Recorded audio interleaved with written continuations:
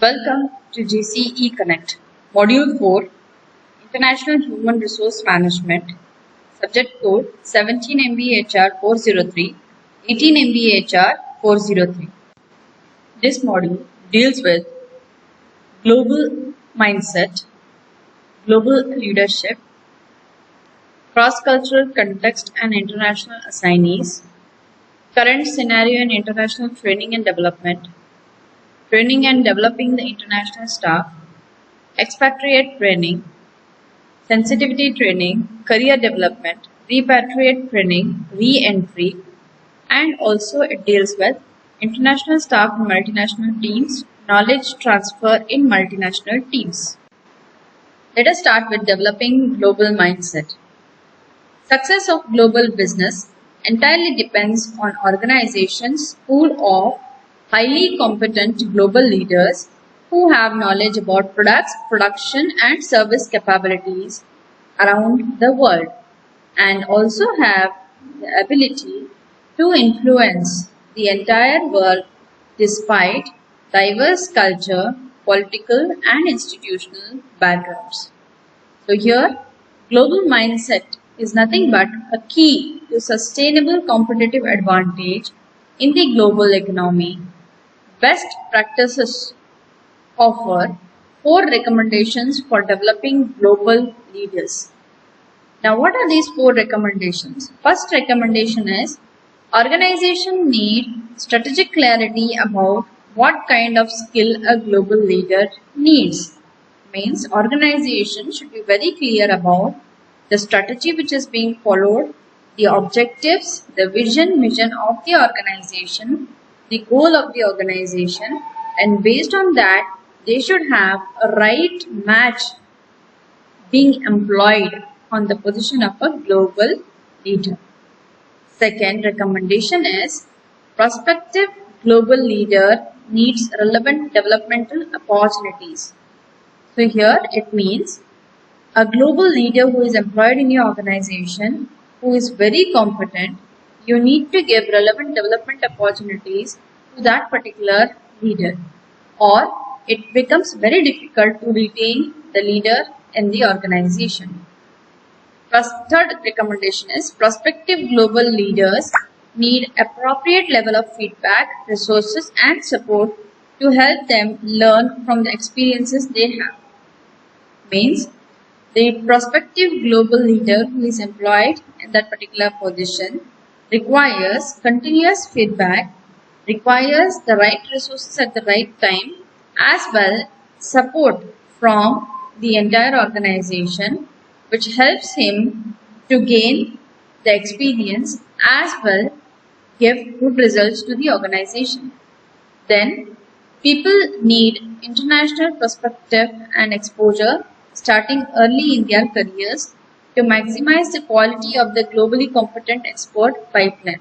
So if you want to have globally competent people in your organization, you need to give them international perspective exposure. So here you have to have a career planning being made for your employees where you give international exposure to the employees so that they improvise on their skills, competence, experience, knowledge, and then it maximizes the quality of globally competent expert pipeline. What are the different characteristics of global mindset? So we have 9 characteristics being jotted down here. First one is broader skill and outlook. Ability to conduct business on global scale. Awareness of national differences, view them as opportunity, make strategy. Ability to understand culture. Ability to manage global complexity, contradictions and conflicts. Creating organization change. Creating, building, engaging and nourishing multicultural teams. Creating the best out of crisis situation. Enable the organization to lean and adapt to global context and global changes and developments. If an organization has all these characteristics, then we say organization consists of people with global mindset. Multinational firms today compete on effectiveness and competence of their core human talent around the world. Increasingly, these core individuals are being required to operate effectively across a variety of national borders and in great number of cross-national job assignments. These international assignees, including all employees working outside their own national boundaries, have collectively become vital for success of multinational firms. These international assignees fill critical staffing needs in subsidiaries, manage key projects, transfer knowledge and corporate culture across geography, work on multinational teams, and perform many other critical tasks for their firm. So here, human resource, if you could see, it is referred to as accumulated stock of knowledge, skill, ability that individuals possess, which the firm has built over time into an identifiable expertise.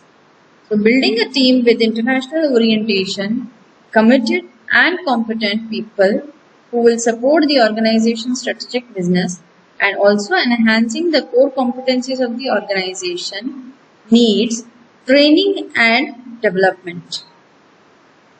So here, if you could see, the training will be focusing on various activities to develop the competence of international assignees. Current scenario in international training and development. With the worldwide expansion of companies and changing technologies, organizations in India as well, organizations throughout the world have realized the importance of corporate training.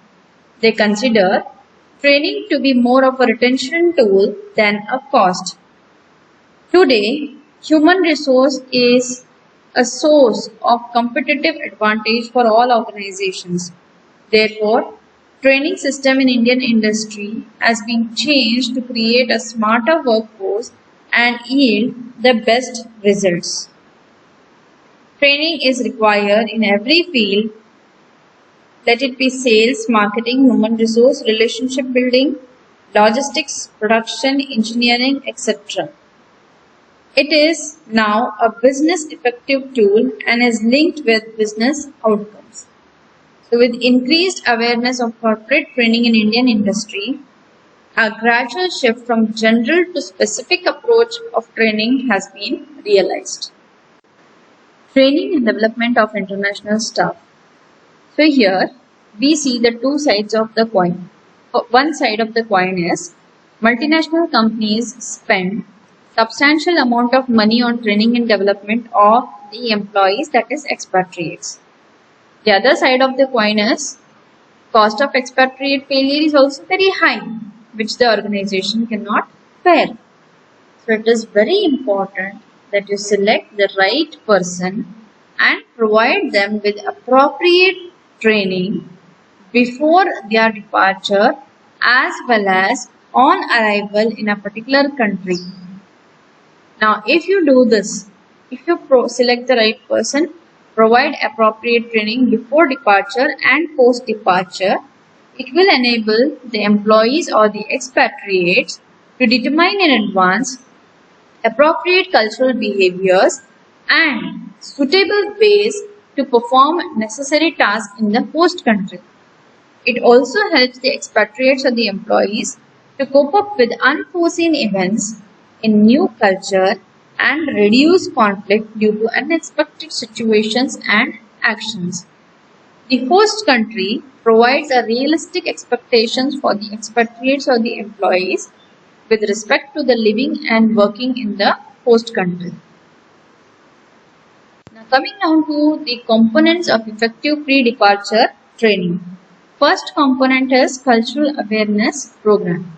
It is being designed to adapt and appreciate host country culture so that expatriates can behave accordingly or to develop coping patterns. So components of the program may vary according to country of assignment, duration of the assignment, purpose of the transfer and provider of programs. When it comes to cultural awareness program training, here there are two things which you need to understand.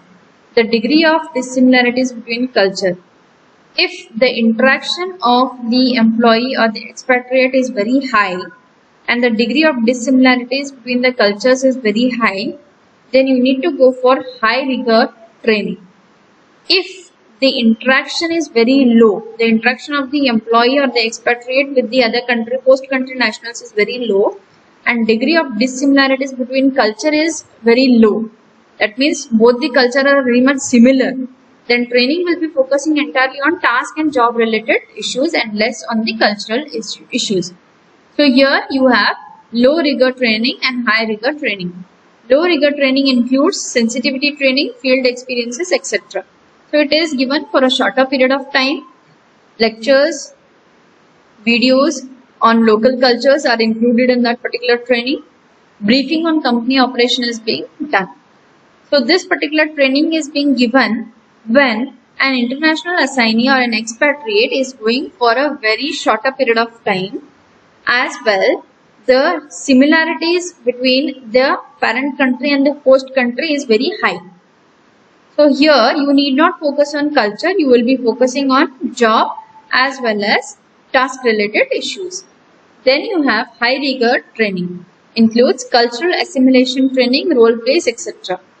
Here, if you could understand, the degree of interaction between the expatriate or the employee of the parent country with the host country nationals is very high. Then the assignment which is being given is also for a longer term. So here when it comes to training, it lasts over a month. It includes more of experiential learning as well as language training also is included in this. It also includes interaction with the host country nationals. So in this training, you will also be interacting with the host country nationals. You will be learning the language as well as you will be gaining the experience of how to work in that particular culture. So this is called as high rigor training. We have the second component of effective pre-departure training, that is preliminary visit. So here it is very much important, if you are sending an employee on an international assignment, you need to plan a trip overseas for the candidate and the spouse, which provides a preview and allows them to assess their suitability for and interest in the assignment. So it is nothing but pre-preparation of the candidate as well as family of the candidate before sending him on an international assignment. It also assists the expatriates to get familiar with the business context and host country and help encourage more informed pre-departure preparation. So when the employee or the expatriate already knows, he has gone to that particular country, understood that culture of the company, understood the culture of the organization, he has also understood the business context, it becomes very easy for him to get familiar with the organization, as well as it also encourages him to have informed pre-departure preparation. That means he will be mentally as well as physically prepared for his pre-departure. In 1997, European survey mentioned that 53% of the firms always provided preliminary visits. Average visits was about 1 week if the country assigned is not known to the expatriate. The next component of effective pre-departure training is training for the trainer role. So usually expatriates are being employed in the host country to provide training to the host country nationals to make the host country nationals competent. If there is lack of suitable trained staff in the host country nationals, they will be calling the expatriates from the parent countries. So consequently, expatriates often find themselves training host country nationals as their replacement. So here expatriates are given pre-departure training and ability to transfer knowledge and skills in a culturally sensitive manner. So you need to understand here, the expatriates are being trained. Here you are training the trainers. So these trainers are being trained how you can transfer the knowledge, how you can build the competence in the host country nationals, considering the cultural sensitivity. The The next component of effective pre-departure training is practical assistance. So here, pre-departure training should consist of providing information that assists in relocation. So practical assistance should be given to the expatriate, wherein they have been given the information which helps them in relocating from one country to another country. So if they are being left to fend by oneself, it may create a negative response in the mind of the expatriates. So many of the companies will be having relocation specialists who will be providing practical assistance to these expatriates who have relocated. Then also you need to have give the practical assistance in finding suitable accommodation, schooling, language training, etc. and all those things, right? So this is what we say practical assistance. Next component of effective pre-departure training is TCN and HCN expatriate training. TCN is nothing but third country nationals transferred to another country subsidiary. HCN is nothing but host country nationals transferred to the parent country. So till now we have seen about parent country nationals. So here expatriate training is required for TCNs and HCNs also. So these both categories cannot be ignored when it comes to pre-departure training, as it is very much essential to provide both the above categories same training as the parent country national. Next component of effective pre-departure training is provision of training for non-traditional expatriates assignments. So pre-departure training should also be given for the employees who are going on short-term assignment or on non-standard assignment. That is, they are called as non-expatriates. That means they will not be an expatriate, but just they will be going for a short term, finishing their work and coming back. If that is the case, it is required that you have to give pre-departure training to these people also. You cannot ignore the set of non-traditional expatriates who are being given short-term assignments. Then afterwards you have short-term and non-standard assignments. So employees on short-term and non-standard assignments should be given pre-departure training by using moderate technology to overcome time. So here the company cannot spend too much of time and resources on the people who are going on short-term assignments or non-standard assignments or non-specific assignments. So here what you can do is you can use modern technology. You can use the resources like CD web-based training, cross-cultural programs and all those things, and then you can train these people on and it is very much required that you have to give pre-departure training to the non-traditional expatriates. Now let us see type of expatriate training. First we have language training. So here language plays a predominant role in international business. Though English language is widely used in international business transactions, most of the stakeholders like customers, marketing intermediaries may not communicate in English language, even in some of the English-speaking countries like India, Malaysia, etc. So here, some countries in which even business transactions take place in languages other than English like French, Arabic and Germany. So MNCs which are there in these type of countries cannot employ the host country nationals because the required skills, particularly the managerial and technical skills, may not be available in that particular country. So they will be employing the expatriates.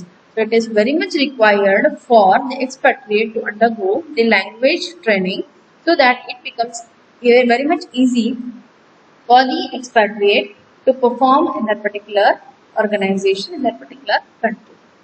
Then you have cross-cultural training. So here cross-cultural training is very much important, wherein the trainees are exposed to the factual information about historical, social, cultural, political, economic and religious factors of that particular country, which shapes the mentality and behavior of the people in the given country or the region. Purpose of the training is helping the expatriate and their family members to behave in a particular way in the foreign social and work setup. It also provides the expatriate with an ease to adjust in that particular country. So training provided through this is a mix of pedagogy like lectures, audiovisual presentations, discussions with the speakers as well as with the host country nationals, etc. Then you have field experience. So here the MNCs depute prospective employee for 6 months period to the foreign subsidiary to observe and learn the culture, job related skills and knowledge. So employee returns to the home country, prepares his or her family members and take them for the foreign assignment. Then you have in-house training program. So here the employee is being trained in foreign exchange, international economies, international trade and other related area in order to provide managerial skills, job skills and job knowledge. So Japanese MNCs realize the significance of developing managerial skills to expatriates in order to prepare them for added responsibilities in overseas assignment. Then you have outside agencies. So there are a number of outside agencies and consultants throughout the world who offer training program to the expatriates to prepare them for the foreign jobs. So these are the people who will be providing the specialistic training in skills, managerial skills, technical skills, advanced management knowledge, international politics, international relation, foreign exchange. Then you have something called as on-the-job training assignment. So here, expatriates after adjusting to the physical conditions as well as general culture of the foreign countries should acquire specific cultural skills, interpersonal skills and technical skills relating to the workplace and the job. MNCs can also provide these skills through on-the-job assignment. In fact, employee acquires the skill most efficiently through on-the-job assignments only. Then you have international team training. So here international team training is team is a group of employees with complementary skills. So in fact, most of the MNCs of late started designing and building teams for enhanced organizational performance, as it is widely established that team performance is superior to the individual. So working in a team is very important, wherein it requires understanding and adapting to the culture, values, norms and other behavioral aspects of the members of the team. In turn, team as a whole has to tune its behavior towards the required behavior for the project, task and the organization. That is the training which is being given in international team training. Coming on to sensitivity training. Sensitivity training involves such groupings as training groups, which are also being called as encounter groups, laboratory training groups, and human awareness groups, which are the names associated with the sensitivity training. Sensitivity training is about making people understand about themselves and others reasonably, which is done by developing in them social sensitivity and behavioral flexibility. So here sensitivity training is being provided to understand the behavior of self as well as others, taking into consideration the social sensitivity and bringing in flexibility in the behavior. Social sensitivity is one word of empathy. It is the ability of the individual to sense what others feel and think from their own point of view.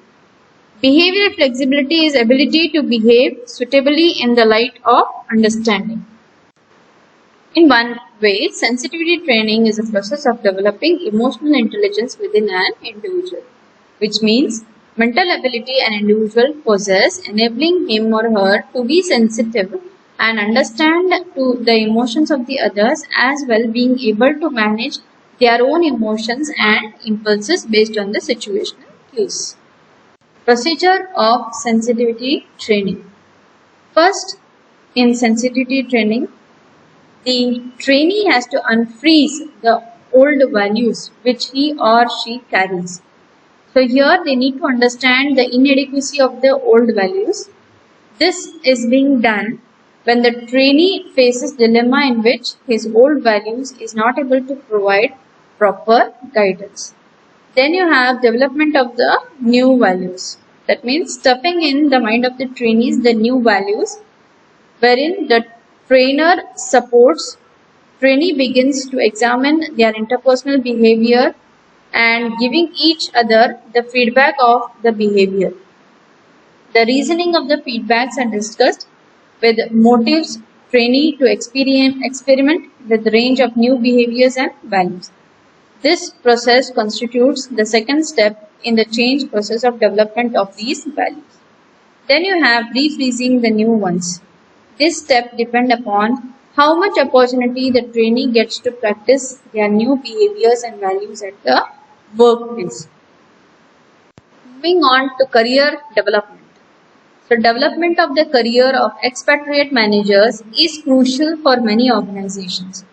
Without world-class managers in the global marketplace, many international firms would not be able to effectively compete against major global competitors. So there are certain professional career specialists which can help expatriates manage their own careers as well as provide individual career counseling. Companies also do have mentoring which can be undertaken by senior peers or superiors or simply by a person the expatriate trusts. So a good mentor is not there to provide the answers but also to assist the individual in developing the skills required in career related complications. Career planning workshops are also organized to provide purposeful learning experiences which emphasizes on self-assessment, development of planning skills. So here, effective workshops help expatriates to analyze their interests, values, goals, and capabilities, considering their options, making decisions related to their present jobs, and establishing personal developmental plans. Then many of the companies also do have assessment centers wherein multiple independent evaluation happens. They often provide conclusive indicator of a participant's potential for success in the range of alternative careers. So here behavior of the employee is being judged by multiple independent evaluators and they just suggest the alternative career and leaving little doubt for the individual as to what future options are available or possible. When it comes to career development, there should not be any gender bias or gender differences being created. So corporate career development opportunities are available more to the male rather than the female. So this surely demonstrates gender bias in the corporate support for expatriates. So when it comes to talent maximization, international firms cannot afford to limit their pool of talent of human resource, excluding certain particular groups, which again brings in certain lack in the business when it comes to having the talented pool. So business firms may unintentionally create a considerable disadvantage for women. So here by doing this, the firms will be unintentionally creating the disadvantage for the women in struggle to internationalize.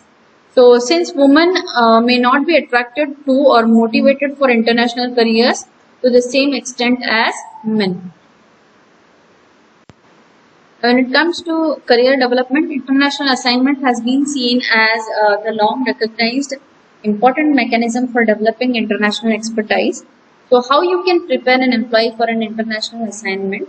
So you need to train the employee on social and business etiquettes of that particular country, history and folklore, current affairs including relation between host country and the parent country, cultural values, priorities, geographies, major cities, sources of pride and great achievement of the culture, religion and the role of religion in the daily life in that particular country, political structures and current players, practical matters such as currency, transportation, time zone, hours of business and the language. So if you train an employee on all this, we are preparing that particular employee for an international assignment. Coming on to repatriate training. What is this repatriation? It is nothing but a process of returning back from an international assignment to the home country after completing the assignment or some other issues. Repatriation is the last step in the expatriation cycle and it involves readjustment and re-entry of international managers and their families back to their home country. Repatriation training here, it is designed for reallocating the assignee and the family of the assignee. So here the training helps the individual as well as family to adjust to the new environment, prepare for successful interaction in daily life, business situation in the destination country. Repatriation training consists of cultural differences, cultural shock, business life, daily life, city specifics. Training occurs for 8 to 12 hours, separately customized for children and young adult programs. Basically, it is for 4 hours. Is also available. As I explained in the previous slide, expatriation process ends with repatriation. So there is something called as re-entry, which is being done after repatriation training. So once the training is being provided for the repatriates, repatriation training is being provided, they have to have a re-entry in the business context. So here re-entry presents a lot of new challenges. Certain times it also gives an experience of the re-entry shock, which makes the employees exit the organization. So multinationals have to have the ability to retain current and attract future expatriates, which is affected by the manner in which it handles the repatriation. Companies like Coke, Cisco, Britannia, Honda increasingly hire repatriates. So reason why the repatriates are being hired by these companies, so they have imbibed global culture and also have understood local culture. So these repatriates are the people who have already imbibed the global culture and already understood the local culture also. So it becomes an ease for the business to have its products and services distributed throughout the world, understanding the global culture and local culture through these repatriates. So the repatriates have the extensive understanding of how the company is perceived in other countries. So when they have already worked in other countries, so they have the knowledge of how the company is being perceived in those countries, the negative and positive emotions of the people of that particular country for that particular company. Then repatriates also understand operations of the country headquarters and overseas operations also.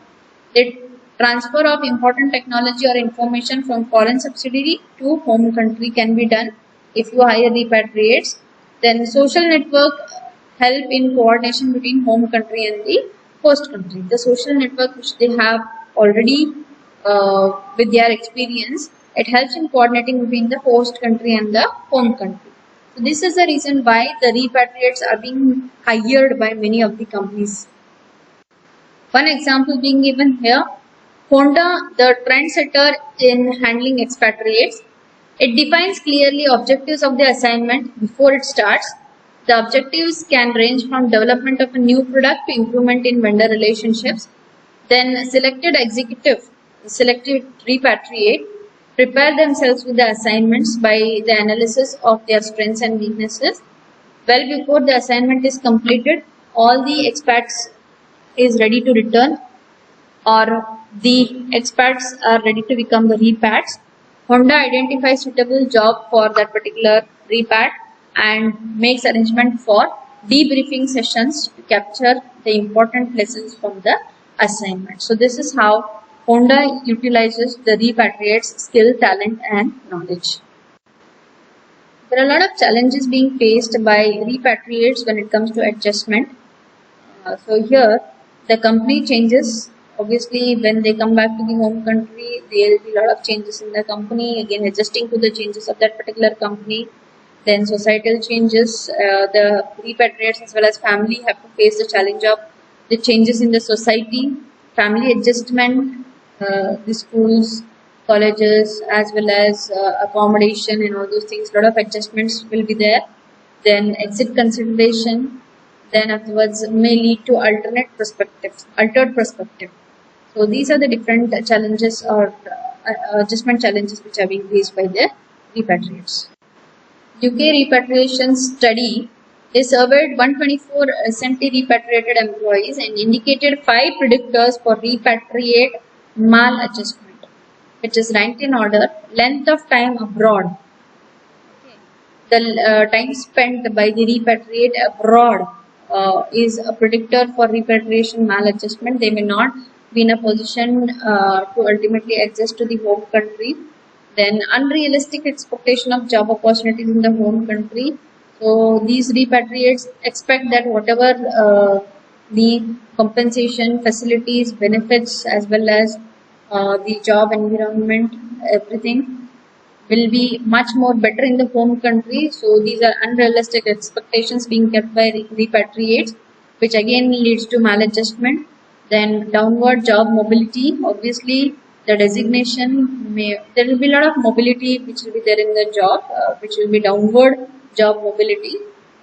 Certain times the repatriates may not get the same job which is there in the same position which they hold in the other country when they come to the home country. Then reduced work status also bring in a lot of repatriate maladjustment. Negative perception of the employer support during and after repatriation. If the employer support is very much negative, that means they are not taking care of these repatriates development or career and all these things. It leads to repatriate maladjustment. This was a study being done by UP. Global Relocation Trend Survey. It shows that 60 to 70% of the repatriates or the returnees did not know what their position would be before they came home. 60% said that their firm were vague about repatriation, about their new roles and their career progression, so it was entirely blank. 40% of the repatriates leave their company within a year because they will not be having a good repatriation experience. So this is usually due to poor repatriation process and policies. Solution for this: consult on a design of proactive repatriation process which helps to hold the employee on return from the other countries. So run customized design programs to suit expatriate specific needs. So you need to have a specific training being given to the expatriates. See to it that you have proactive repatriation process, positive proactive repatriation process, wherein you hold the employee on the return, and then you have to plan for personal development profiles on return. So you have to give good career opportunities for the repatriates when they return back. So if you follow these solutions, then probably there will be a good repatriation process and you will be able to retain the talent, the competence or the global competence which is there in your organization rather than letting them off. Then employment expectations, family expectations, partner expectations, your expectations, length of time away, age and stage, what can heighten re-entry shock. So when it comes to re-entry shock, this can be led through employment expectations or family expectations, partner expectation, your expectation, length of time away, age and stage, all these bring in re-entry shock. Now when it comes to career issues of a repatriate, there are a lot of job related issues. First one is no post assignment guarantee of employment. When they come back from their foreign assignments, there is no any guarantee that they'll be having assignment back in the home country. Loss of visibility and isolation, probably they'll not be very much recognized and a lot of isolation will be there. They'll be seen someone different in the organization. They'll not be adjusted in the organization. So there will be a change in home, workplace, career anxiety. So they'll be not having any idea of where their career would go in.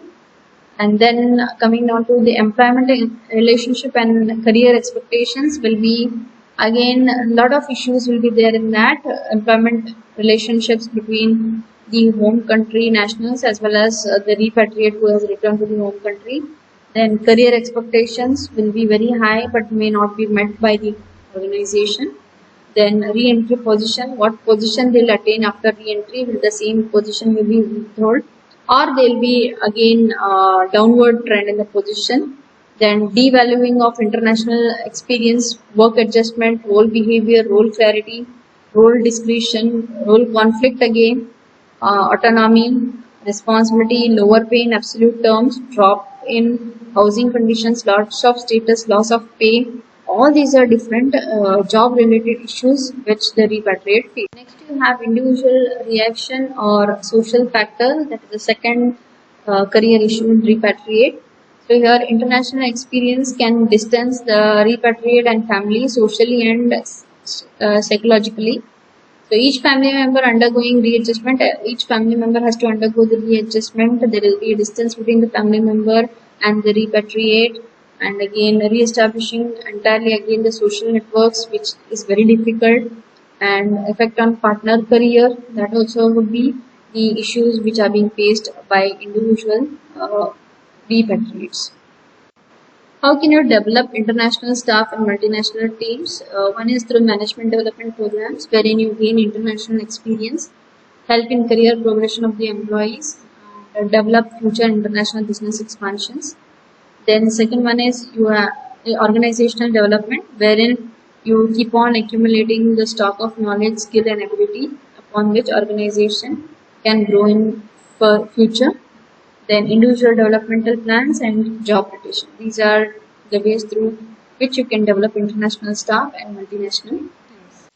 Connecting to the previous slide, management development tools, new range of jobs, tasks, challenges, financial gain and career advancement, if it is being given, then it really helps the employees. How international teams benefit the multinationals? They go in when you have the international teams working in the multinationals, it fosters innovation because you have the talent from each and every loop and corner of the world. It fosters innovation, organization learning, transfer of knowledge happens. Then it assists in breaking down functions and national boundaries. There will not be any national boundary. Encourage diverse inputs. So you have people from all around the world coming in, so with their diverse knowledge, skills and abilities, and they'll be putting their inputs. And it also assists in developing global perspective or broader perspective, and it develops shared values. International cadre is another choice, wherein you separate group of expatriate managers who specialize in a career of international assignment, have permanent international assignments for them, move from international assignment to international assignments. That means you keep on giving them assignments and you specialize them into international category.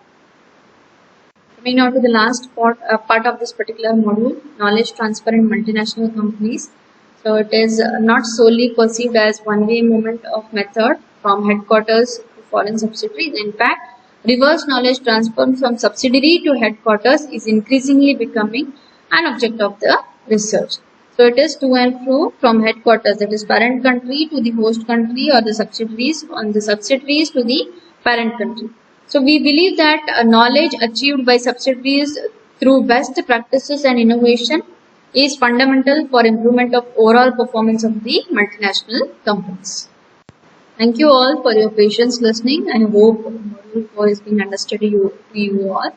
Any queries, you can call me on my mobile number 960 6699 299.